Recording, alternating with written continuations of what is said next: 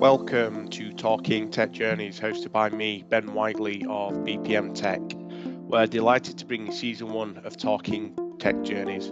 The aim is clear, to bring you some of the most engaging and respected figures within tech and transformation, providing a snapshot of their journeys to share knowledge, ideas and insights on all things tech and transformation.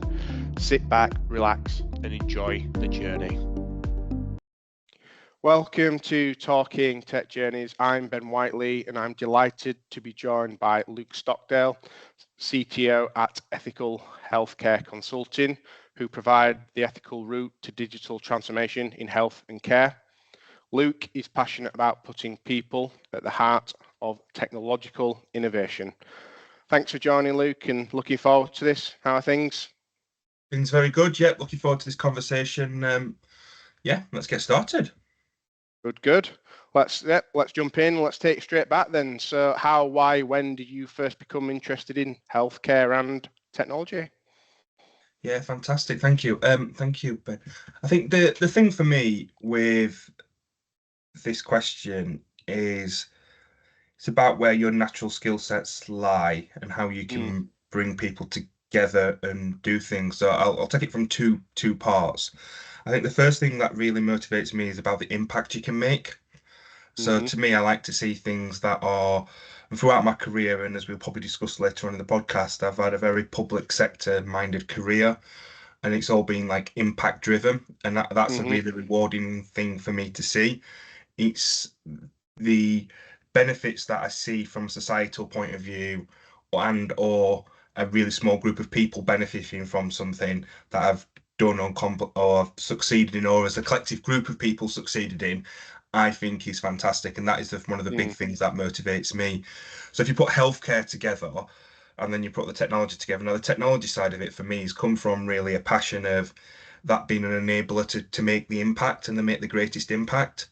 And I think that comes from two different aspects for me. One, firstly, about how society can benefit from the technology and how healthcare, and the second part is healthcare affects every single one of us. So when I've worked in different sectors, it might be you have small touch points with some of them. So like when I've worked for Highways England or when I've worked for the police, you might have really small touch points with them organisations. But healthcare is universal as well, so the impact can be felt greater. So that's one of the big things that really drove me. And as I've worked my way into my career, how I've seen that develop over time, and as I've got to some of the positions I've got to, it's been able to that I've been able to explore and develop and the scale of magnitude of that impact. Now that's not all me doing that, by the way. That's the teams under me being really successful at doing that. Yeah. But I think it's just that how we can do that. So that's how I've become interested in healthcare and technology together, really bringing two strands together, if that makes sense. Yeah, which often do, come hand in hand, really, don't they? You can't really have sort of the healthcare without the tech and vice versa, really. So, yeah, good. So, just in terms of, I know your journey didn't start in either of those. So, what was the sort of the first job, and how did it sort of shape you and set you on your journey? yeah. So my first career was in teaching. So I'm actually a teacher by background. So I come out of university in the middle of a financial crisis, job-wise, and also I had a passion for teaching in that sense. And if you look at what I enjoy doing, working with people, Yeah. making the impossible possible and things like that, a lot of the traits that I took from teaching and into my roles now are very similar. So I think that's really the thing. So the teaching side of it was really, really positive for me, and it's really set me up for my career. Because I think every day is a school day for me, and I'm still learning and as well, but somehow how you can structure things as well. Partly of that, I did a course when I was at Kirklees College called Inspiring Managers, and part of that we did something called a challenge project where you had to work outside of your area for a period of time. So I come off time. I didn't necessarily come off timetable, but I worked within the IT department. And one of the things there that I started to do was work with some of the IT colleagues on some processes and some process improvement things, and it really got me that initial bug into IT. And then from there, I've developed my IT career working through IT projects and starting at really junior, small projects up to quite large projects. And the bit that I always remember about some of the things that some of my early conversations with some of my early managers and I remember moving 4 people from one office to another office as a project, and I'm like, why is a project manager getting involved in that? But Yeah. then when it needs to be done slickly in a police environment, my boss said to me, if you can move 4 people successfully and it gives us credibility, we can move 400 people when we need to move 400 people. And the same principles we use for moving 4 people from an office and it all being slick and all the IT working and everything else, then when we move 400 people, people believe that we can do it. So I think the points of me is how I really see my career working, or how it's developed over time, is I've earned the stripes at some of the smaller projects, learning the skill set, learning the craft, learning the engagement with the different teams. And that really shapes me on how I take going forward, because to me, some of the smaller projects are the more complicated ones, but you need to put the right emphasis on them. So that started me up, and then I worked through Westwich Police into Highways England and worked on like national programs and projects there. And I think what it really has done for me is starting off at a local, a regional level, then a national level, and picking bigger and bigger projects to work on and programs and understanding the core components of each ones of them, and then finally ending up in the NHS. So it's been a really good journey for me on my self-development, on all the key aspects that I've got to pick up and work through and develop. And earning them stripes is so fundamental, because I see so many colleagues now who I've said to them, just take a beat, just understand this, and then because you always try and jump to the next one. And as I said, actually spending that time and working through on them levels just really gives you that core fundamentals. And that's where I've ended up where I'm now, with obviously a CTO at Ethical, which I know we're going to talk about a bit later on. Yeah, no, absolutely. Good summary and overview, so thanks for that. So just in terms of, you've just briefly touched on it there, your life within the NHS, are you able just to sort of discuss further who, what, where sort of roles and positions and how they came about? So I originally worked at Calderdale and Huddersfield Foundation Trust as part of the reconfiguration team and working with their EPRs. And they had a heavy involvement with Bradford acute hospitals as well, Bradford hospitals, because they share an instance of their EPRs across both.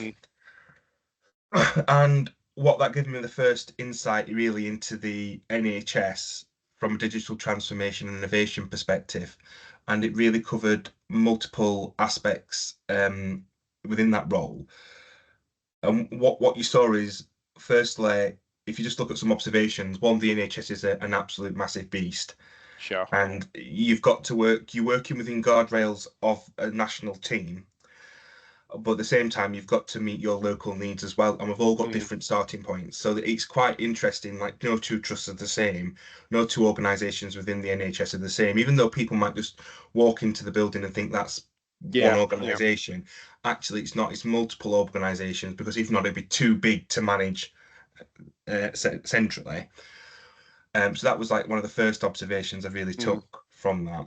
And then secondly is about a lot of the people are passionate about the work they do and about how to do it. And I think for me, it's about making sure you put the right leadership and guidance in to deliver that, because people can do good work can do work with bad intent sometimes, and it's not by no fault of their own, but it's how do we put the frameworks and structures in as leaders to make sure people make an impact. Because fundamentally with the NHS, it's a priority call on any spending public sector.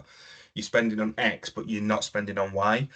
And the X has got to be better than Y. So for me, if you understand what the X is and you can deliver that swiftly, sharp, on time, right technology, the right people, the right process, all considered through, you then can bring the right things together. Because fundamentally, you're spending on that technology, but you're not spending on nurses, or you're not spending on police officers, etc. So you've always got that predicament in your mind. So I think if you're going to do it well, and do it with the right technologies, the right people, and the right processes to make sure it's as thick as possible. Yeah, no, absolutely. And you've just touched on the sort of frontline digitalisation program with sort of EPR. So I know that that's something that you've delivered and achieved. It'd be just interesting to understand sort of, firstly what it is, to some of the viewers that may not be familiar, and, how did you sort of overcome and deliver some of the sort of key deliverables, but some of, overcome the challenges along the way. Yeah. So a couple of things on this one. So the Frontline Digitalisation program, and I'm not going to do it justice here because it's a national program, and I'm a consumer of that in the sense of my previous roles. What it's trying to do is level up the country about EPRs to make sure that everyone has that all the trusts have an EPR. So an EPR is an electronic patient record. Now, some trusts have electronic patient records, which is how you store your medical data, and some trusts have multiple ones because they've got multiple different systems and a level of interoperability between them, or a lack of interoperability between them, which has a direct impact on clinicians making decisions or clinicians spending a lot of time working through each system to make the right informed judgment on the patient's pathway or journey. The challenge we've got is the FD program is a significantly large program where what they're trying to do is drive significant change within the organizations by having a pot of money and then asking trusts to deliver EPRs. Now, obviously, with any national program like that, there's going to be challenges. There's going to be, but it's all got good intent, because what the FD program's trying to do is bring into life that all the trusts become to a level of digital maturity that allows us then to build on and put further enhancements on, and also give a level of care across the UK as a whole, as from an NHS perspective. Now, what that is not doing is going to one single provider. That's going to the market, because when there's a competitive market, that drives innovation, that drives challenge, that drives improvements. It's not just one organization who's winning all the bids, it's multiple companies, EPR providers, and that's what they're trying to do with the FD money. My involvement in that is, how do you get your business cases right? Because one of the big things within the NHS, and rightly so, you've got to have a level of scrutiny on the investment. And I think for me, it's getting your bureaucracy right and the right balance between spending time on doing the bureaucracy and the necessary governance, because fundamentally we're spending blue money or taxpayers' money. We need to get that offset with how much do we spend on doing the business case right and everything else, but at the same time make the deliverables on the other side equally applicable. So that's the thing the challenge. So really big program. From an ethical perspective, we're heavily involved with multiple clients that are going through the FD program, and that might be from doing readiness activities, that might be doing from doing business cases, looking at specification documents and everything else. And colleagues I work with are experts in helping trusts and organizations who might not do this on a day-to-day basis because they do not have them skill sets, and that's why we can come in and help. And that's why building them relationships across our client base has been really useful, because a lot of the colleagues I work with have gone through this multiple times, whereas our skill sets might not necessarily be the skill sets of what people have got who are running a large acute IT department on a day-to-day basis and doing a fantastic job of that. That is a really unique skill set in itself. Working in one of them environments, I can testify to that. Whereas for us on the other side, we can come in, do a small piece of work, and that's what Ethical have been doing involved in the FD program. Good. Yeah. Well, that sort of brings in nicely to, the part, I suppose, the last 6 months of your life. I mean, just in summary, so I know you've sort of worked director of transformation, sort of CTO across sort of various NHS functions. I mean, you've just sort of touched on ethical healthcare consulting now. It'd be good to understand that, your transition from working in the NHS to obviously joining a consultancy. So how have you found that? Yeah, so I think for me, the joys of work, well, I think there's two aspects to this really. For me, I moved from the NHS into consultancy, but I really wanted to be selective on who I worked with. So for me, ethical feels part of the NHS. In in multiple ways because some of the values we drive. Yeah. The transition out of the NHS into consultancy to me was like a natural step because it was something I've done before in Yeah. my project and programs, and being able to work with clients and engagements and pieces of work like that. But sometimes you've got to reflect on your own skill sets and where you can add value. And I think one of the big things for me is how do I get the um necessary time to like decompress from the NHS in a way, because we went through a really challenging 3 or 4 years with COVID and everything else, and lifestyle kicks in, and lots of challenging environments to working from a digital perspective. I know the clinicians and patients Yeah. had it as well, but a lot of the teams from a digital perspective, moving people working from home in a matter of hours, and some of the challenges we had on that front. How did you deal with that? Then obviously coming into consulting, you're taking a step back. And I think the challenge as well is you're moving from a really operational role now into my role, which is quite a strategic thought leadership kind of Right. role, Yeah. where you're actually stepping back from the cold face. So that was the transition. The transition into ethical healthcare for me was really positive for multiple reasons. One, the founder Thomas Webb and the values of the company really do resonate with myself. It's not about doing the right thing, and we always ask ourselves the question: if this was your money, what would you, how would you spend it? What would you do? And how can you do that? My role within ethical is focused on obviously, and because I've got quite a generalist skill set. Yeah. And I'm not a technical CTO by any means. Absolutely not. I've worked with really, really technical CTOs. I've worked with really commercially minded CTOs. I've worked with really strategic leaders CTOs. I am definitely not a technical CTO in that front. But my role at Ethical Healthcare is twofold. One, working with clients on some of the work they're doing with their, like as a management consultant, and working on like a program director level or program management level with clients on how we can support them on their journeys and hand back Yeah. over to the trust. One of the things from ethical point of view, we want to do that, like I call it noise transfer back, to like create the frameworks, create the structures, and then successfully hand that back to the clients. So that's some of the work I'm doing at the minute with some Yeah. clients going through the FD program, Right. Yeah. which is really, really rewarding to see, because making people believe that they can achieve some of these things, because some of these programs are quite multi-million pounds, £100 million programs, getting involved in them is really exciting.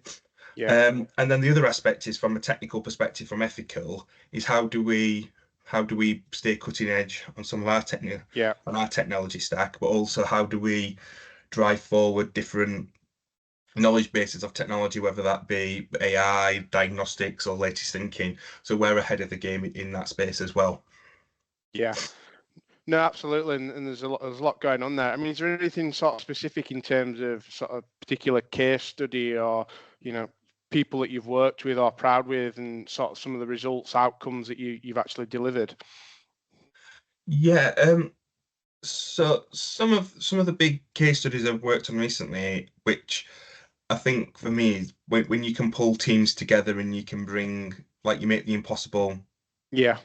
possible. Mm. So I'm not directly involved in all these, but there's a significant amount of work in ethical, working on some of the diagnostics work, which is absolutely fantastic, because if you get the diagnostics right within within a care pathway, and you get people on the correct clinical pathway from the beginning, it can make a massive impact downstream.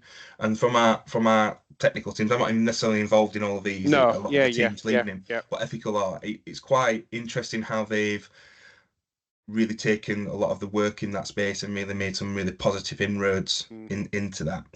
And the other aspect as well that I'm really proud of is the work from some of the work we're doing in regards to people, because I've delivered some really good bits of technology into organizations, and the adoption rate has been less than 1%, because the one Right. might not have been ready for it.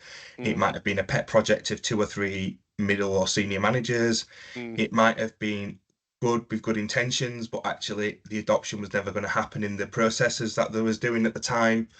So actually putting a focus on that people and that readiness is critical, because the technology will only flourish if the people know what the technology is meant to do, Yeah. understand what processes they're working through, Mm. and how they can deliver it. So I think for me is they're some of the big, not necessarily case Mm. studies, but things I'm No. I'm Yeah. proud of working on, and all proud of ethicals, the impact Yeah. we're making, because you've got to get that youth-centered design right. You've got to make this technology work for people, and it's not about all the bells and whistles. It's putting the right technology at the right time at the right place for the right Yeah. people. And if we don't get that bit right, Mm. and actually identify what we're going to stop and what we need to Yeah. start and how do we need to work differently, Mm. we've just bought a really expensive Ferrari that's sat in a garage, but we're Yeah. driving it as a Ford Focus, which is Yeah. fine. Yeah. But we need to see how we can really push and drive them changes through. Like you touched on, tech is an enabler, but you've got to get the foundation, your people, processes set to really make it work. Yeah, absolutely agree on that in the spot. And part of that is leadership being around to challenge the Mm. thought processes and bring the most appropriate leadership styles in to be able to have them challenging conversations, Mm. as well, because I think that's really important. And as we see in the move in the NHS now about leadership, like leaders being on boards, Yeah. CDIOs being on boards and being involved in the board decisions at that strategic level, which sets Mm. the culture and sets the shape around digital from the highest levels, is Mm. absolutely critical. Because if you don't do that, it's not, and not every board, not every trust in the UK has a CDIO on the board at Mm. the minute, which is really interesting, isn't it? But I think over time that will definitely change, because digital is becoming a core component Yeah. of everything we're doing. And you can see that when there's an outage or an impact, who feels the pain the most? Yeah. Everyone. And I think that's one of the Mm. big things that people will see. So I think leadership and where it's viewed and where it's seen within the organizations across multiple sectors, by the way, Mm. will be crucial. Well, I know you've spoken a lot about the here and now and sort of innovation, best practice, keeping relevant and fit for the future. I mean, what do you predict, will happen in health and social care over the next sort of couple of years? Anything to sort of keep an eye out Yeah. in terms of data cloud, patient care, AI, etc.? Yeah. I think there'll be a couple of things that definitely happen. I think obviously we're on this AI. I know AI is probably a buzzword at the minute, but Yeah. we are seeing them cases coming in, and they will start to become more, the scenarios where AI will play in will be Mm. massive and significant and will make massive changes. And I think some of the work on like diagnostics and maybe and using it in a co-piloted fashion, maybe to start within healthcare. So I the example I'll use, you might have 100 scans, a radiographer might have 100 scans in front of them, and AI might predict, can you look at these five first, Mm. because we think these are, so every 100 scan will get seen, but the top five will get seen first. So I think that's one bit. And then also things like on deterioration scores and things like that. I think AI is playing pockets. Everyone will get seen on the ward round, but Yes. Yeah. actually, if you're doing a ward round and it's 2 hours long, the last patient might need to be seen first. So I think there'll be some things about how AI comes in small chunks, but as a aid and a guide Mm. for clinicians to help them make decisions on privatization and things like that. So I think AI is one, but the other one for me is the big one, I think, which will be coming. It'll be wearables, and how you Yeah. utilize technology through your watch, through your smartphones and things like that, to Mm. predict when illnesses. And I think you can spot trends from them. And I think when you go into hospital and you'll be going in, you'll be able to give your watch over and they'll hand it Yeah. over, or you log in and then you'll be able to see. I do think wearables and how you take the patient care home, we need to move to a more proactive, preventative healthcare model. We can't always be Mm. reactive. So if we can spot trends, and the amount of data that we can see now through smartphones, Yeah. through smartwatches and things like that, is Mm. really interesting. And if you start to analyze that information, what does that tell us? Does that tell us 3 days before a heart attack XYZ happens on people's heart rates? I don't know the answer to them questions, but that for me will be the future on where I can really see it starting to bring it. It'll start to bring the wearables and big data together, but actually bringing it together in a way where we can make meaningful decisions on it. So I do think that'll be something that will drive change in the NHS, but just in healthcare in general. Yeah, some really interesting points there, and like I say, there's a lot within the space, and it'll be interesting to see, the enhancements from the technology, not just now, but in the future. So yeah, it's an interesting point of view. Just in terms of, I know you talked about sort of people. You guys down at Ethical have got the Minerva program. Yeah. Just be interesting to sort of get a bit of a background as to what that is and what it entails and what you're Yeah. looking at achieving there. So the Minerva program is it's the development program focused about women in digital health. So what I think a lady called Anne Cooper and Amanda Thornton now, Dr. Amanda Thornton's running that program now. And what they're trying to do is how, when you look at some of the stats about senior leadership and in digital world, a lot of them, it's quite a male dominated area. Yeah. However, it's what can we do from a supporting females in that space from a leadership perspective to come, but also it's about the allyship as well from males understanding what they can do as part of that role and really trying to drive support and help within that. So it's trying to bring together a group of like-minded people who've joined the course in previous years, and how do they become a community to really drive change Yeah. in that space. And it's had some fantastic results. Some people who've been on it, I know personally, a couple of people have been on it, have had some fantastic results and about how they do it. And I think for me, it's about one, making sure that we, from everyone's point of view across any protected characteristic or anyone, we all try to be allies in supporting everyone to develop more. So that's definitely one aspect. But the tide rises together, doesn't it? So actually working together and coming together. So some of the things and some of the feedback I've heard has been really good on the program. I've not obviously been on the program, but I think the impact, and obviously back to my favorite word, impact. Back to the impact that's happened from it, it's really positive. And the challenge as well is obviously during these times, people cut back on CPD, but actually this is a time where we are going to have a skills shortage. We do need leaders. We do need to develop. We do need to spend on CPD. We do need to say, actually, these people are going to are mid managers now, but will become senior leaders. And let's equip them with the right skills. And if you wouldn't expect a surgeon not to have the right training if they're doing a big operation on you.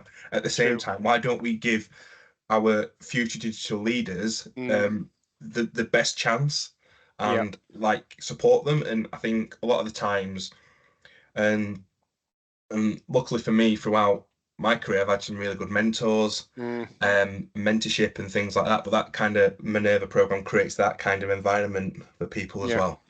Good. Well, that's good to know. And like I say, aspiring not necessarily the next generation, but people, aspire to lead ultimately, which is great. So just in terms of obviously, we've touched on some of this, but, you've worked closely with the NHS and obviously doing so now from a consultancy's perspective. What would you say are the sort of the key challenges regarding the NHS from a digital perspective? Yeah, so I think there's quite a good question, because I think there's a couple of deep points to this. One, I think digital is seen as the golden bullet that will solve lots of problems. It will solve part of the problem, and it can speed things up, it can make things faster prioritized. However, fundamentally, a doctor's bed's a doctor's bed, a dentist chair is a dentist chair. So you still need that element of human interaction within there, but digital around it can support it. The bit for me as well is, how does digital, and this is me thinking extremely strategically at a high level, how does how does the NHS remove the need for unnecessary, potentially patient care coming through from moving to more of a preventative healthcare model?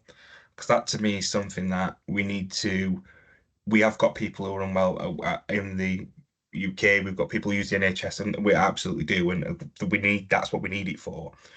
But how can we not?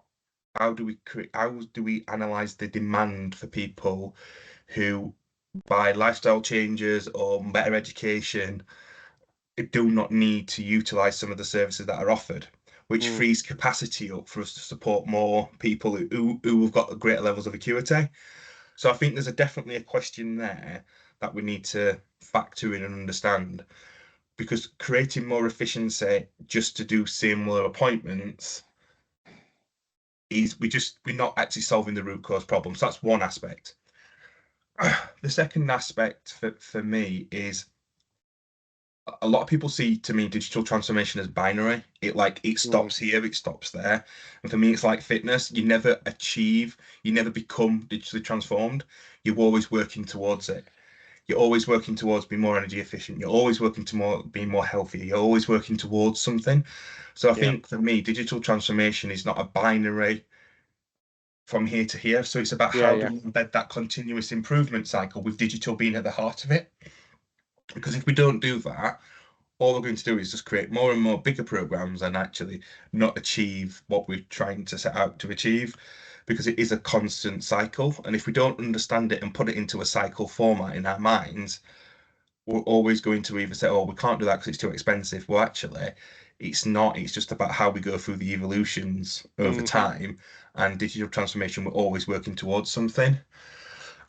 So linked to on that basis, then is getting the funding right. So there Yeah. is lots of money in the NHS. However, it's how do you fund things right and over the right times? And sometimes the short-term nature of funding cycles across multiple public sector organisations and even private sector organisations that doesn't actually allow you to that long-term planning or Mm, move to different models.